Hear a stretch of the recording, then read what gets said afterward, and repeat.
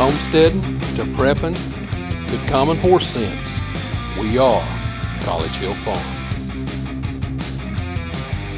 Welcome back to College Hill Farm. Well, today we are harvesting bean seed. I'm going to start out. Now, we've had a heavy dew this morning, and I waited a little bit longer till the sun had been on the field for a little while. We've got some beans down in the other field to harvest, but the sun's not even been on it yet, so I want that dew to kind of burn off a little bit. The dew's not gone yet. Let's have a look. The dew's not gone yet. See these old weeds here? They've still got water all over them. But down this corn row, right here, is the seed I want to harvest. These are white half runners. Let's go over here and see if we can see a few.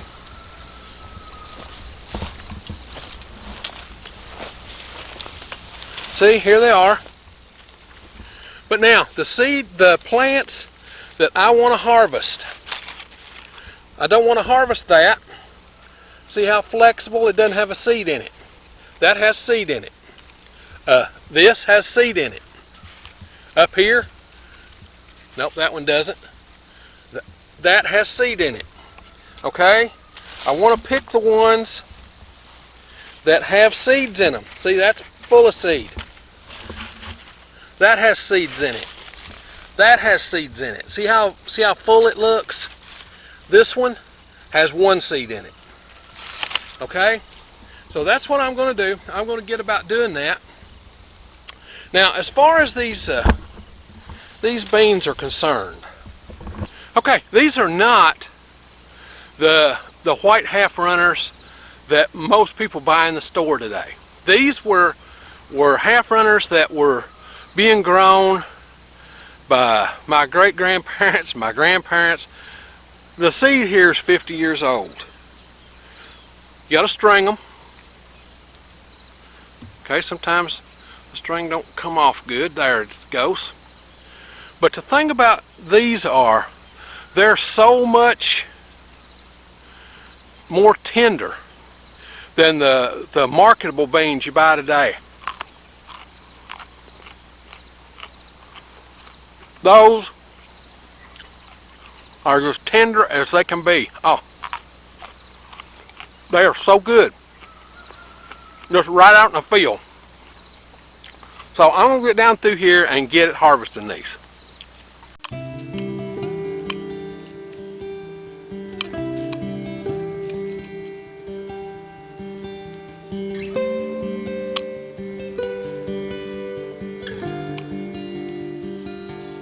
A tip for you old timers, harvest in a 5-gallon bucket. So if you get absolutely wore out, you can sit down when your back's killing you.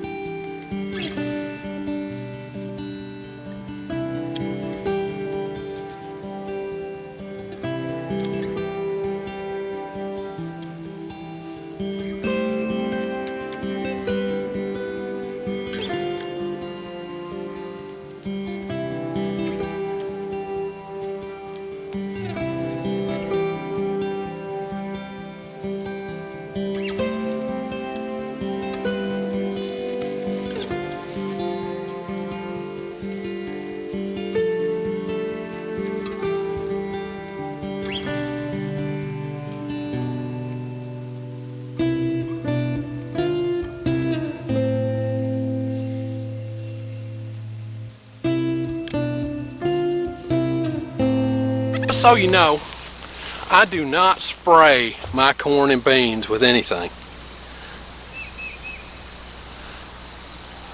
No bug bites. Now, some of these, they've got bug bites on them, but basically no bug bites. All right? So it's not like one of those things where if you don't spray this, that, and other, if you keep your ground taken care of in the fall and the spring, it kind of kills those larvae out, and you don't start with a massive load of insects. Okay.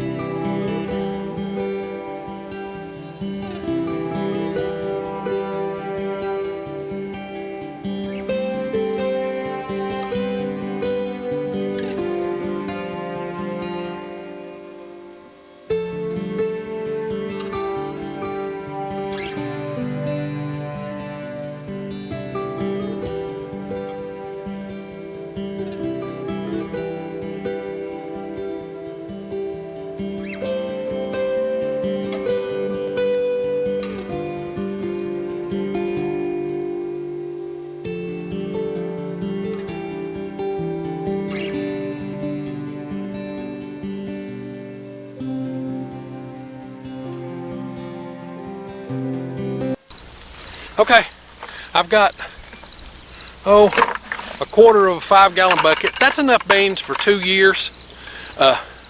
But remember what I told you. I want to save enough bean seed for 5 years. So I'll get on down through here and pick the rest of these. Like I said, I love picking them because they're pole beans. They're up off the ground.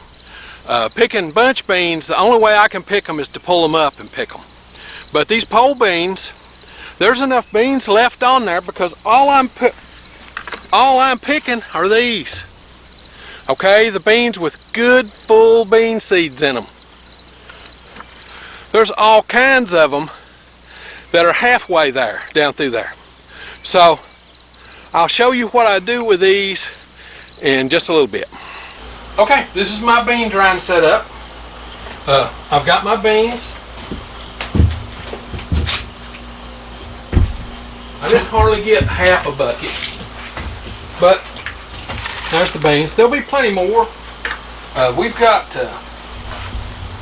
plenty of time left to harvest more, and there were all kinds of beans still on the vine.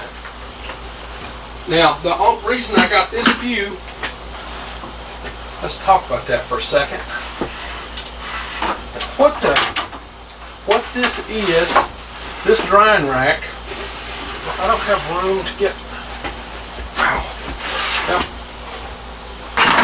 shoot, not a whole lot of room here.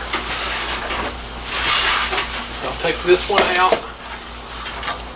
give me a little more room and just put it right there. Now this is an outside porch, okay, so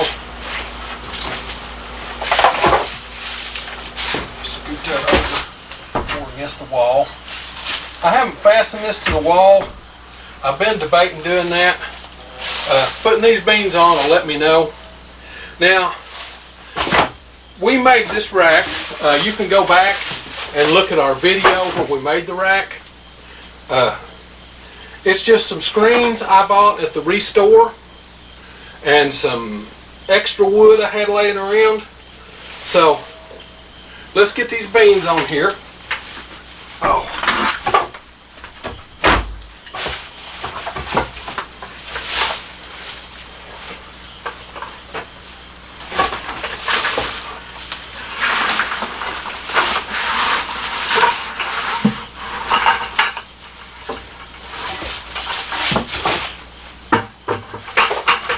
Now all I want to do is just spread these out such that they're kind of spaced out to the point that they're not touching much. It'll be okay if they touch some.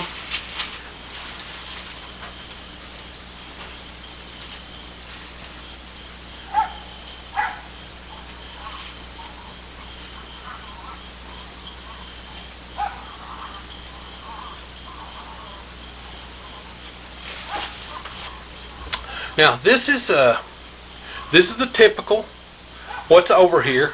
It's getting kind of yellow, starting to get yellow. The beans are good and full. Here's another one.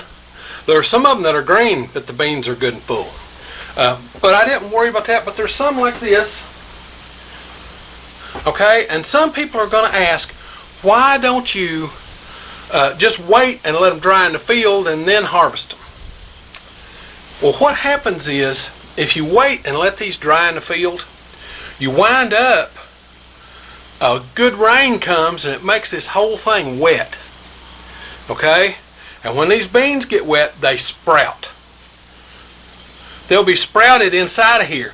Any bean that's sprouted inside this hull, you got to throw out, because it's not going to survive till next year. It's already germinated. Okay? Does that make sense? So I wanted to get out there and harvest these while it's good and dry. It's been dry for days here. So I wanted to get out and harvest them while it's good and dry. Now, these will sit here, 6 weeks or something. Now, I will not use this method to dry shuck beans. And the reason is, shuck beans, I'm going to eat them. Alright? And this is open to the air. A cat could come up here and lay on them and get cat hair on them. A bird could come by and poop on them. Okay? When you're doing shuck beans, you don't want that. So I either string my shuck beans, and here's a picture of them strung, or I use the dehydrator to make shuck beans. More and more, it's more practical for me to use the dehydrator to make shuck beans than any other method. One dehydrator full for us makes a full quart of shuck beans. And I can do a dehydrator every day. Well, I've got 2 dehydrators, so I can do 2 dehydrators a day. So I can make 2 quarts of shuck beans a day, every day, once the 6-week beans start coming in. And remember, had I wanted to, I could have started planting 6-week beans in May and had them in June, then planted them again in June, then planted them again at the 1st of August. Okay, so 6-week beans are a big deal as far as that goes. Let me show you these laid out. Here they are. Some of them still got the leaves on them. Don't worry about that. Doesn't matter to me. Now, for the most part, they're laid out there kind of even. You'll notice it didn't make the screen sag. Some people commented on the video that it would make this screen sag too much. But if you look, that screen is not sagged any at all. And as these beans dry, there'll be even less. Now, this is just a porch, a covered porch. Okay? It's out of the sun most of the time. So these are just going to dry the natural way. And then when they're done, I just, at night, while sitting and watching YouTube or something, Crystal and I will sit and shell these. Now, what I'll do right here, I'll go ahead and write on this so I know WHR. This rack is for white half runners. Okay, because now I've got 2 white beans. I've got a greasy bean and I've got these white half runners. The other beans are a color that I won't have to guess about, but these are white half runners. Now, if you like this homesteading, self-sustainability, seed-saving stuff, be certain to come on out to the channel and subscribe. We do this kind of stuff every week, sometimes once, sometimes 5 videos. Just depends on what's going on in the homestead that week. We upload on Mondays, Sundays, Tuesdays, and Thursdays. Now, with that being said, it's time for me to get on to the next thing. Well, hello, Sherbert. What are you doing here?